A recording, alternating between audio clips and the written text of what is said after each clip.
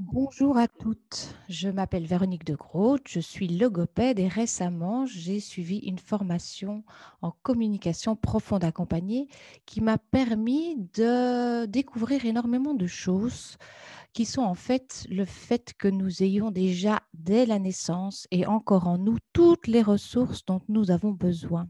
Elles sont en nous et elles sont autour de nous. Il ne tient qu'à nous de nous y reconnecter. Alors, quand on voit une image comme vous l'avez présentement à l'écran de la nature, qu'est-ce que ça vous fait? Est-ce que vous vous sentez vibrer? Quelque part, nous en faisons partie, au même titre que les enfants, les animaux, eux, ne se posent pas la question, ils sentent qu'ils peuvent vibrer avec ces saisons, avec ces couleurs. À nous d'essayer justement de réouvrir toutes ces possibilités qu'on possède en nous. Alors, quelles sont ces fameuses ressources? Il y en a certainement d'autres, mais j'avais envie de parler de 5 en particulier. Donc, notre corps, évidemment, on arrive sur cette terre avec un corps et avec des sensations. Trop souvent, on n'y prend pas assez attention à tous ces messages qui peuvent nous envoyer. Notre respiration qui est toujours avec nous depuis notre première seconde, minute sur terre, jusqu'aux dernières, qu'elle est précieuse. Notre intuition, dont on a tendance à la négliger ou à pas faire forcément attention. On en reparlera. Le langage qu'on utilise, on a cette particularité par rapport aux animaux où on peut exprimer, mais parfois c'est à double tranchant. Les mots qu'on peut utiliser qui peuvent se retourner contre nous. Et alors nos fameuses émotions qui sont aussi des énergies très puissantes, mais qu'il va falloir dompter en quelque sorte. Alors, la première chose que je vous invite éventuellement à faire, c'est de vous arrêter.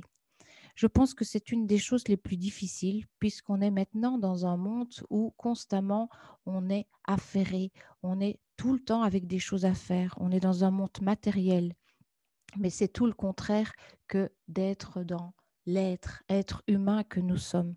La seule manière d'être, c'est justement de se poser et de s'arrêter.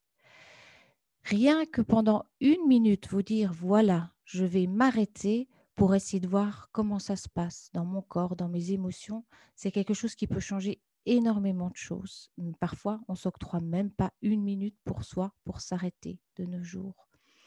Or, on sait qu'une activité constante nous détourne de nous-mêmes.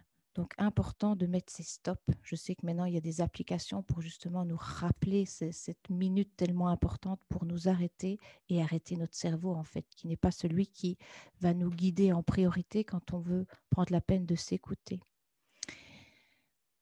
Alors, évidemment, il y a tout ce qui est méditation, mais je ne veux pas en parler maintenant. Je vous invite juste pour commencer à penser à vous arrêter pendant une minute, pendant quelques jours et voir ce qui se passe.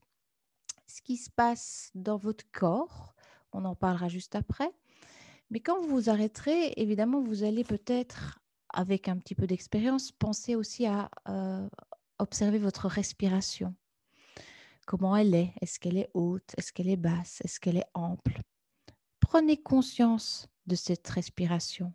Parce qu'une fois que vous êtes dans votre corps, vous ne pouvez plus être dans votre tête. Donc, c'est une manière de vous déconnecter de ce mental qui va toujours vous dire « Oh, j'ai pas le temps, à quoi ça sert ?» Je vous invite à simplement donc prendre conscience de cette respiration pendant une minute ou plus. En même temps, si c'est possible, imaginez ce qui se passe dans votre corps. Imaginez comme une petite caméra qui va aller observer des éventuelles tensions ou des ouvertures, des douleurs. Notre corps nous parle constamment, mais nous n'en prenons pas toujours conscience, rarement même. Or, parfois, une douleur peut être le message de quelque chose qui ne va pas. Quand on est dans son corps, on est réellement dans le moment présent. Trop souvent, en tant qu'adulte, personne pensante, on a tendance à se projeter dans le futur. Or, le futur, personne ne peut imaginer et savoir à l'avance ce qui va se passer. Quand on est dans le futur, on est dans le mental davantage. Quand on est dans le passé, on est davantage dans nos émotions. Le seul moment qui est un cadeau, qui est un présent, c'est le moment présent. C'est le seul moment qui nous permet d'être réellement présents à nous-mêmes et plus dans sa tête avec tout ce qu'elle peut nous envoyer parfois comme message. Je trouve que les personnes que je rencontre pour le moment sont extrêmement dures, j'en fais partie, avec elles-mêmes. Et il y a énormément de phrases du type « je suis nulle, je ne vais pas y arriver », etc. Prenez conscience de ces paroles justement dévalorisantes, les paroles qu'on s'inflige pour les transformer, remplacer par exemple les je dois par je choisis, je veux, je préfère. Ça va tout de suite mettre une dynamique différente, beaucoup plus légère. Ça va nous permettre de respecter nos valeurs, les choses qui viennent de notre moi profond, de notre intérieur, plutôt que de faire plaisir à ce que les autres pensent et qui vient de l'extérieur alors. Un petit rappel par la phrase de Neil Walsh, « Vous n'êtes pas ce que vous faites, vous êtes votre manière d'être ». En tant que personne, nous sommes uniques et irremplaçables, ce qui n'est pas le cas de nos comportements. Très souvent, on va juger une personne sur son comportement et non sur sa manière d'être. C'est important. J'entends parfois des gens qui vont dire à un enfant qui est en construction, « Tu es méchant ». Je l'ai entendu récemment. Ça m'a paru vraiment dur comme phrase à entendre et elle aurait été nettement plus légère et plus correcte si on lui avait dit « ce que tu fais est méchant » ou n'est pas approprié. Mais lui, son être n'est pas méchant en soi, c'est ce qu'il fait. L'importance aussi, donc de nouveau, toutes des choses qu'on a facilement et toujours en nous, qu'on peut transformer et transformer en ressources, ce serait les visualisations. Notre cerveau ne fait pas la distinction entre la réalité et le rêve. À nous d'utiliser nos 5 sens pour nous faire voyager. On se sent lourd, on a envie de s'imaginer par les temps qui courent en vacances sur une plage, en haut d'une montagne, ou tout ce qui nous correspond, simplement dans la forêt. À nous de nous imaginer par nos 5 sens l'odeur que cela pourrait avoir, le goût, la vue, les sensations tactiles, etc. C'est tout ce qu'on fera dans des techniques, par exemple, de sophrologie ou alors encore en hypnose. Donc retenez que notre cerveau ne fera pas la distinction. Pensez quand vous rêvez, réellement votre corps se comporte comme si vous y étiez réellement, comme si c'était réel. À nous de voyager et de rêver quand on en a besoin. Nos émotions sont aussi une énorme force et une extrême énergie qu'il va falloir apprendre à dompter. Les émotions sont là pour nous envoyer un message, pour nous dire, nous signaler quelque chose. Et tant qu'elles ne seront pas écoutées, elles reviendront de plus belle et de manière de plus en plus intense.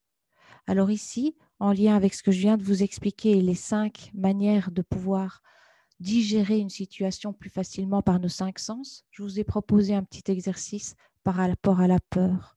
Il s'agira ici de la dessiner. Dessiner, concrétiser votre peur.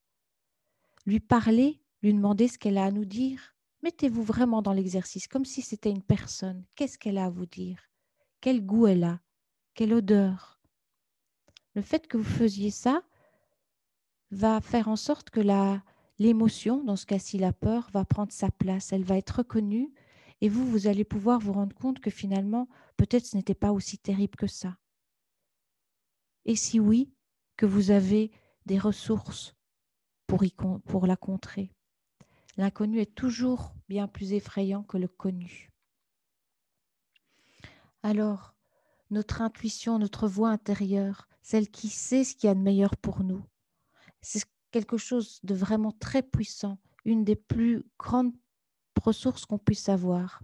Et pourtant, celle qui est la moins écoutée. On est toujours dans notre mental et notre mental, il est un très bon serviteur, mais il est un très mauvais maître. C'est justement la formation dont je vous ai parlé au début qui m'a appris, moi, qui étais très fort dans le contrôle, dans le manque de lâcher prise, qui a appris à justement mieux faire confiance, mieux comprendre ce que c'est que cette intuition, cette voix intérieure qu'on a toutes, tous et tous en nous.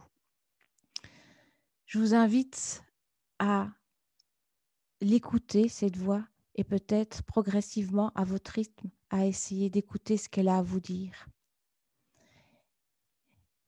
Et si ce que je vous ai expliqué ici vous parle et vous souhaiteriez voir encore plus en profondeur ou entendre ce que cette voix a à vous dire pour vous guider vers ce qui vous convient le mieux, à vous qui êtes unique, je vous laisse mes coordonnées pour éventuellement vous parler plus en profondeur de ce qu'est la communication profonde accompagnée qui me permet, moi, suite à une formation, de pouvoir vous relier à cette voix intérieure en lien avec tout ce que je vous ai expliqué juste avant.